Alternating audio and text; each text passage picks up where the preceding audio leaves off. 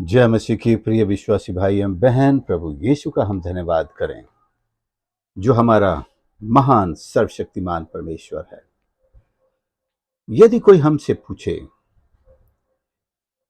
कि दुनिया में सबसे महान सर्वशक्तिमान परमेश्वर कौन है, या इस तरह पूछे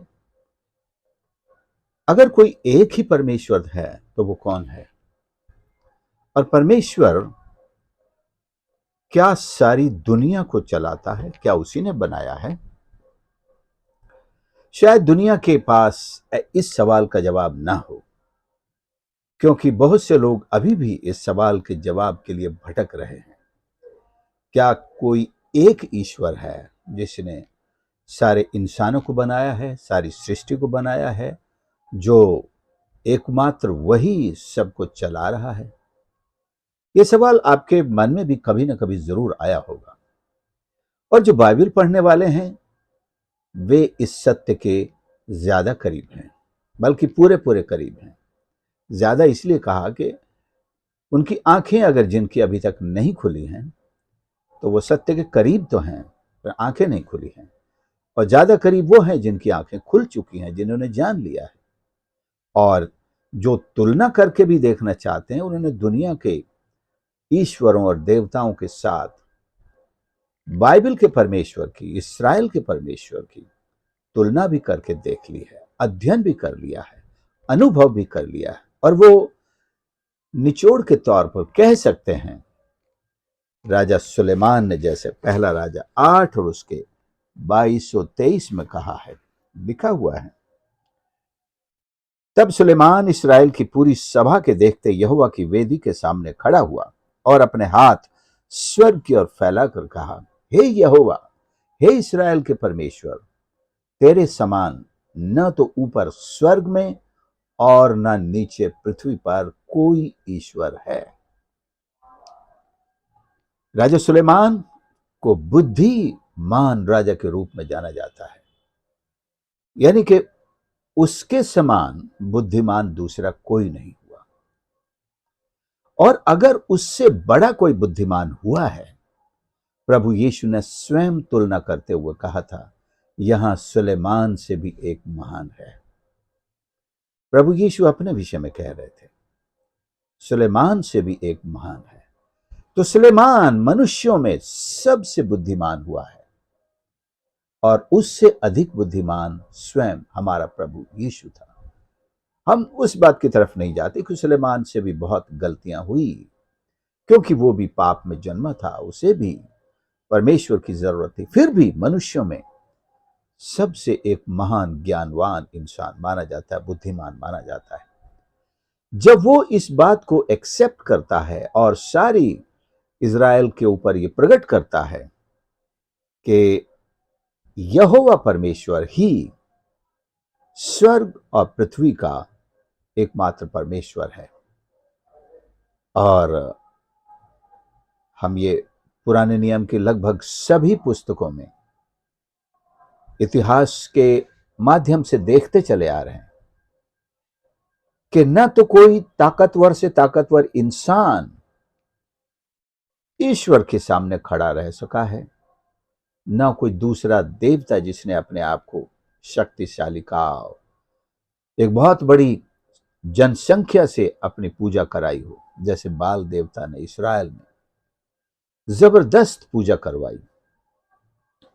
रानी उसको अपने दहेज में लेकर के आई थी, समझो, अपने देश के देवता को दहेज में लेकर आई, पूरे इज़राइल देश में उसके मंदिर बनवा दिए, सरकारी खर्चे पर नबी और पूजा करने वाले नियुक्त करवा दिए, और खुद भी एक तरह से बाल देवता की पूजा की एक पैटर्न बन गई।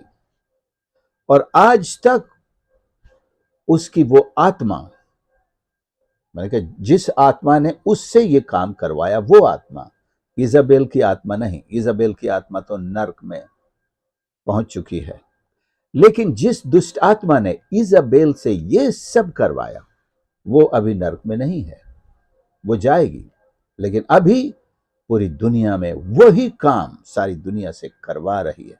सेम सोच, वही सोच लोगों के अंदर डालती है कि परमेश्वर का विरोध करके, एक परमेश्वर के खिलाफ एक झूठ को खड़ा करके लोगों को बहकाना और उस झूठ पर यकीन करना कि यही है तुम्हारा रचने वाला, यही है रोज तुमको खिलाने वाला, यही है, इसके पास आओ, इसकी आराधना करो, इसकी पूजा करो।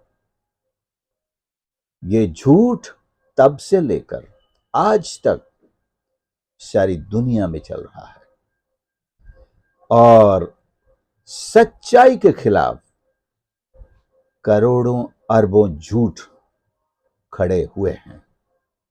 लेकिन जिस दिन आप इन सारे झूठों के जंगल से, मैंने कहा बाहर निकलना मुश्किल है, बाहर नहीं निकल पाएंगे, तभी निकलेंगे जब सच्चाई आपको मालूम है। लेकिन इन झूठ के जंगल से ऊपर की तरफ देखेंगे, स्वर्ग की तरफ देखेंगे, क्योंकि ये झूठ सारे स्वर्ग के होने का केवल झूठा दावा करते हैं। लेकिन परमेश्वर स्वर्ग में विराजमान है, जो हंसता है हम सब के ऊपर फिर। और जिस दिन आपको यह सत्य पता चले कि मेरा सृजनहार स्वर्ग में विराजमान है और दुनिया का कोई भी झूठ उसे पर्दे के पीछे नहीं ले जा सकता। उसके तो वचन में सामर्थ्य है, उसके तो स्पर्श में सामर्थ्य है, वो ही अकेला जिंदगी को बदलता है। हाँ, ये झूठ भी जिंदगियां बदलते हैं, लेकिन कैसी? ये हिंसक बनाते हैं, ये वायलेंस, ये पाप और व्यभिचार और झूठ बोलना और हर तरह की ऐसी जो नकारात्मक चीजें हैं, बातें हैं, ये उनसे लोगों को भरते हैं। लेकिन परमेश्वर नम्रता से, सच्चाई के लिए भक्ति से, परमेश्वर मानवता से प्यार करने के लिए, मानवता की केयर करने के लिए, चिंता करने के लिए और अपने शत्रुओं के लिए भी प्रार्थना करने के लिए सिखाता है, प्रेरित करता है। लेकिन जो भी झूठी या झूठा सत्य होगा, वो सत्य से लड़ने के लिए सिखाएगा, वो सत्य को नष्ट करने की शिक्षा देगा, वो सत्य से दूर रहने की बात करेगा और जितने भी झूठ हैं उन सबको गले लगाने के लिए कहेगा, जितने भी पाप हैं उन सब का अनुभव करने के लिए कहेगा, जितनी भी बुराइयां हैं उन सब का अनुभव और उसमें एक्सपर्ट बनने की प्रेरणा देगा। लेकिन परमेश्वर सच्ची भक्ति, सच्चे प्रेम में, परमेश्वर में, दीनता में, उसकी शिक्षा में, वचन में बढ़ने की शिक्षा देगा। ये एक कंट्रास्ट बिल्कुल साफ साफ है। लेकिन आप देखेंगे कि दुनिया जिस कंट्रास्ट का शिकार है, बस उसी से निकलना नहीं चाहती है। तो क्या करेंगे आप? परमेश्वर के वचन में सामर्थ है, ईश्वर के वचन में सामर्थ है, उसका प्रचार करेंगे जो हर तरह के बंधन को तोड़ डालता है, हर तरह के झूठ को पीस डालता है, हर तरह के अंधेरे को चीर डालता है, नष्ट कर देता है। वो केवल ईश्वर के वचन में वो ताकत है और वो साधन परमेश्वर ने आपको मुझे दिया है। God has given us that power through His word that can break and shatter into pieces or into powder even the false powers of this world. इस दुनिया की झूठी जो शक्तियां हैं, ताकतें हैं, उन सब को अगर कोई शैटर कर सकता है, टुकड़े टुकड़े कर सकता है, तो वो है परमेश्वर का वचन। चेलों ने भी जब डर से बाहर आए, परमेश्वर की आत्मा को, सामर्थ को जब पाया, तब उन्होंने भी ये घोषणा की कि स्वर्ग और पृथ्वी के बीच में दूसरा कोई नहीं है, कोई नाम नहीं है, कोई ईश्वर नहीं है, कोई ताकत नहीं है। वो केवल एक ही नाम है, प्रभु यीशु मसीह, जो सबको रचता है, संभालता है और उनके उद्धार के लिए भी उसी ने मेमना बन करके वो कीमत भी चुका दी है। तो आपको और मुझको ये तय करना पड़ेगा, we have to come to this decision, who is God? Do I belong to him? सच्चा ईश्वर, सर्व सामर्थी ईश्वर कौन है? शायद सुलेमान ने अपने देश की भाषा में कहा, चलो हम मान लेते हैं यहोवा उसने कहा। चलो आप और मैं अपने देश की भाषा में कौन सा शब्द इस्तेमाल करेंगे? कर लीजिए। सबसे, अब ये जब संख्या ज्यादा होती है तब ऐसा वाक्य का आविष्कार करना पड़ता है, सबसे बड़ा कौन है। वरना परमेश्वर के लिए ऐसे वाक्य की जरूरत ही नहीं है कि सबसे बड़ा कौन है, क्योंकि वो एकमात्र है। उसकी तुलना किससे करें? जब तुलना के लिए कोई है ही नहीं तो बड़ा और सबसे बड़ा, ये वाक्य, इनकी कोई जरूरत ही नहीं है, वही एकमात्र है। लेकिन आज हमें सबसे बड़ा कहना पड़ रहा है, इसलिए कि कुछ अपने आप ही ईश्वर बन बैठे हैं, कुछ को लोगों ने बना दिया है। तो वहां इस वाक्य की कहने की जरूरत पड़ती है कि सर्वशक्तिमान कौन है। ये शुरू से ये वाक्य इस्तेमाल होता आया, सर्वशक्तिमान, सबसे बड़ा शक्तिमान। लेकिन सर्वशक्तिमान का अर्थ एक और था, वो ये था कि मनुष्यों से तुलना नहीं की जा रही थी कि वो सारे मनुष्यों से सबसे ऊपर शक्तिमान है। वहां यह कहा जा रहा था कि शक्ति में जो अपने आप शक्तिमान है, जो अपने आप ही शक्ति है, जो सारी शक्ति का स्रोत है, उससे मतलब था सर्वशक्तिमान से। यह तुलनात्मक अर्थ में नहीं था कि आपसे ज्यादा महान है, उनसे ज्यादा महान है, मुझसे ज्यादा महान है, इसलिए वो, हम सबसे ज्यादा महान है इसलिए वो सर्वशक्तिमान है। ये हमारे साथ तुलना से, दुनिया से तुलना से नहीं था। जब दुनिया नहीं थी तब भी उसका नाम सर्वशक्तिमान था। तो किससे तुलना हुई थी? क्योंकि वो स्वयं शक्ति है, क्योंकि वो स्वयं सारी शक्तियों का एक अकेला पुंज है, एक भंडार है, इसलिए वो सर्वशक्तिमान है। किसी मनुष्य से या देवता से या अंधकार से या शैतान से तुलना करके वो सर्वशक्तिमान नहीं कहलाया है, और हमें करने भी नहीं चाहिए, और ये समझना भी नहीं चाहिए सर्वशक्तिमान का मतलब वो इन सब से बड़ा है। नो, इन सब से तो बड़ा है ही वो, उसमें कोई शक नहीं, लेकिन उसके नाम का अर्थ ये नहीं था। हम इस चीज को व्यक्तिगत रूप से जानें।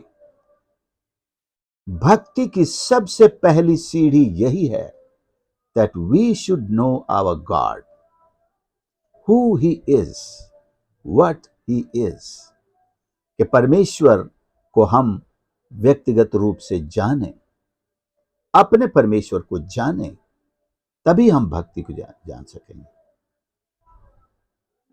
उत्पत्ति 4 अध्याय में एक पद है, पहले में ही, आदम ने हवा को जाना और हवा ने केन को जन्म दिया। वहां जानना शब्द है, यह भी मैं जानने शब्द इस्तेमाल कर रहा हूं कि हम अपने परमेश्वर को जानें। जानने का मतलब, she conceived a man in her womb. Knowing Jesus is conceiving him into our heart, not in our womb, in our heart. यीशु को जानना, अपने हृदय में उसे ग्रहण करना है, धारण करना है। उसने गर्भ में स्वीकार किया, धारण किया। हमको ईश्वर को अपने हृदय में धारण करना है। यह है ईश्वर को जानना। बहुत से लोग ईश्वर के बारे में जानते हैं, इसका मतलब उन्हें थोड़ा सा ज्ञान है जो उनके दिमाग में पड़ा रहता है, लेकिन ये धारण करना नहीं है। धारण करना, यीशु को धारण करना तब कहलाएगा जब उसे हृदय में हम स्वीकार करेंगे। Come Lord Jesus, I accept you as my Lord and my saviour. तो तब हम उसे धारण करते हैं। इसे जानना कहते हैं। भले आप बाइबल की थियोलॉजी नहीं जान पाते पूरी, बहुत सारे लोग हैं बहुत अच्छे स्ट्रांग विश्वासी हैं, लेकिन थियोलॉजी में जीरो है, नहीं जानते हैं।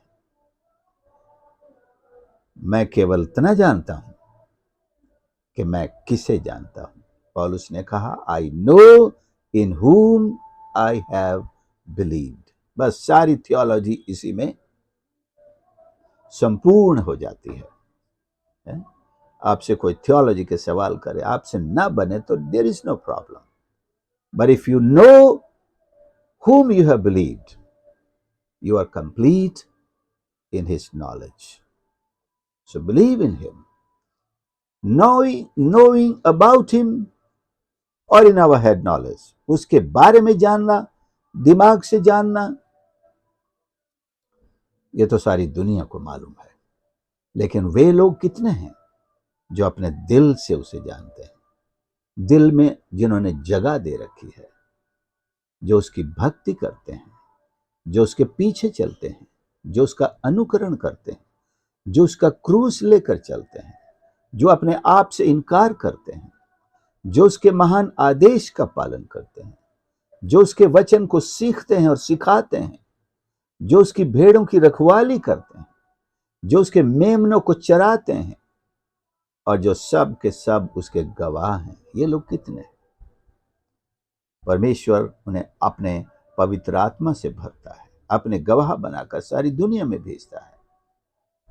राजा सुलेमान की यह बात दुनिया भर के लोग मानते हैं, और राजा सुलेमान को भी दुनिया भर के लोग एक बुद्धिमान राजा के रूप में मानते हैं। राजा बनते ही जो पहला न्याय सबसे पहले उसने किया था, उसने सारी दुनिया में तहलका मचा दिया था। जब दो स्त्रियां एक बच्चे को लेकर उसके सामने आई और कहने लगी, दोनों को ये बच्चा मेरा है, मरा हुआ बच्चा इसका है, दोनों यही कह रही थी। तब राजा ने कहा, एक तलवार लाई जाए और इस बच्चे के दो टुकड़े करके एक इसको और एक इसको दे दो। तुरंत जो असली मां थी बच्चे की, वो बोल पड़ी। उसने कहा, नहीं महाराज, बच्चे को किसी रीति से न मारा जाए, इसी को दे दो, जिंदा तो रहेगा। लेकिन जिसका नहीं था, जो कह रही थी मेरा है, उसने कहा, हाँ महाराज, दो टुकड़े कर दो, ना मेरा ना इसका। राजा ने कहा, यह बच्चा इसका नहीं है, इसको दे दो। जिसने कहा, इसे मत मारो, यह बच्चा इसका है। और राजा के इस न्याय को सुनकर सारी सभा सन्न रह गई। राजा के अंदर ये ईश्वर की बुद्धि थी, ईश्वर की विजडम थी। कोई डीएनए का जमाना नहीं था, कोई ब्लड टेस्ट का जमाना नहीं था, कोई किसी तरह से भी बच्चा उन दोनों में से किसका है तय करने का बात ही नहीं थी। लेकिन परमेश्वर ऐसे समयों में, ऐसे युगों में अपनी बुद्धि के सहारे न्यायों से न्याय करवाता रहा और खरा न्याय करवाता रहा। आज हमें डीएनए की जरूरत पड़ती, क्योंकि हमारे पास स्वर्ग की बुद्धि नहीं है। लेकिन क्या आज हम स्वर्ग के परमेश्वर से वैसी बुद्धि नहीं पा सकते हैं? वो तो देता है। याकूब में लिखा है, जिसे बुद्धि की घटी हो वो मांगे। परमेश्वर बिना उलाहना दिए देता है।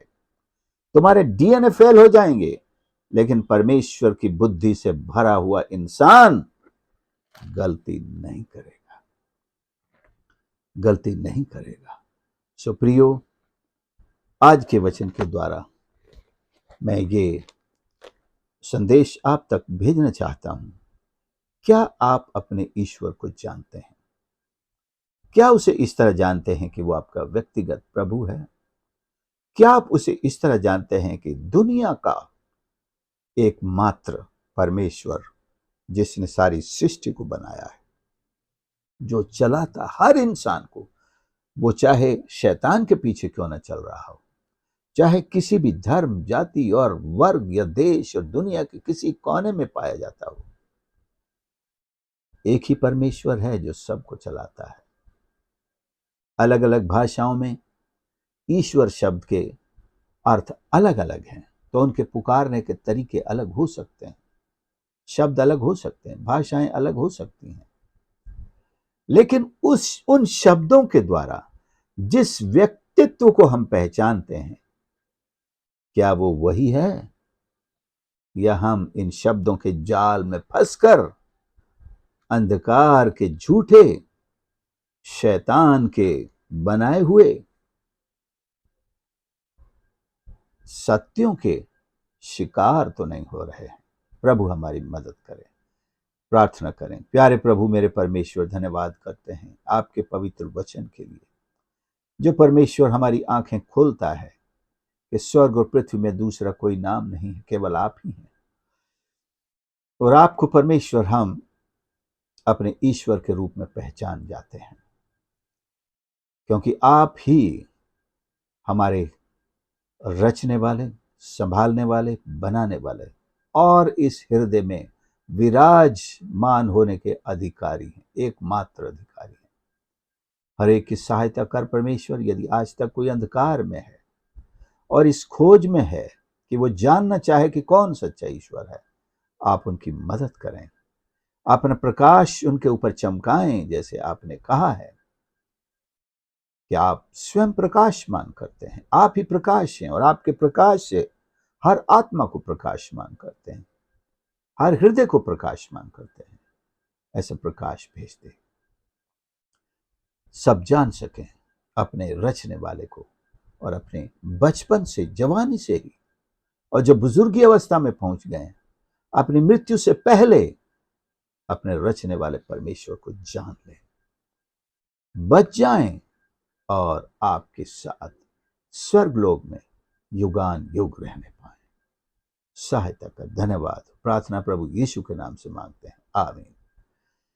धन्यवाद करता हूं प्रियो, इस संदेश को आपने सुना, जरूर इसको दूसरों के साथ शेयर करें, और चैनल को सब्सक्राइब यदि नहीं किया है तो जरूर कर लें, और आपके कमेंट्स भी जरूर शेयर कर सकते हैं।